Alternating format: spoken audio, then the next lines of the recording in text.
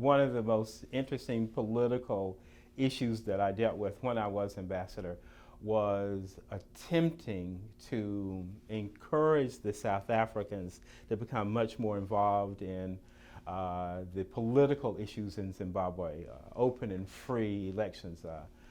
And so it's a very interesting situation. And what I would add to is that I had a conversation with Jacob Zuma about this very thing. And one of the things that he wasn't president, he was right before he became president. One of the things that President Zuma said to me was essentially this, that the West, and primarily the United States, is always very interested in African countries interfering in what's going on in other African countries. But if you allow that to occur, what's to keep the United States from continuing to interfere in what's happening in South Africa?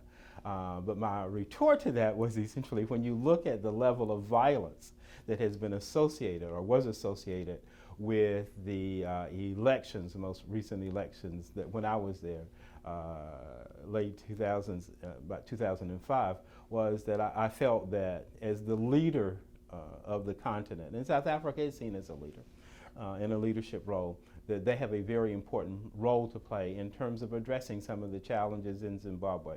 In addition to that, because of the violence and because of the high rates of poverty that was existing in Zimbabwe, and with issues directly related to land tenure or land redistribution, you saw a significant number of people in Zimbabwe. They essentially were leaving Zimbabwe and came into South Africa seeking asylum. And then the South Africans were really concerned because, one, they didn't want them. There was issues of violence against the Zimbabweans, the issues of being able to meet their needs. And so because of those types of things, I felt that it was very important that South Africa become much more actively involved in terms of addressing some of the issues that were going on in Zimbabwe.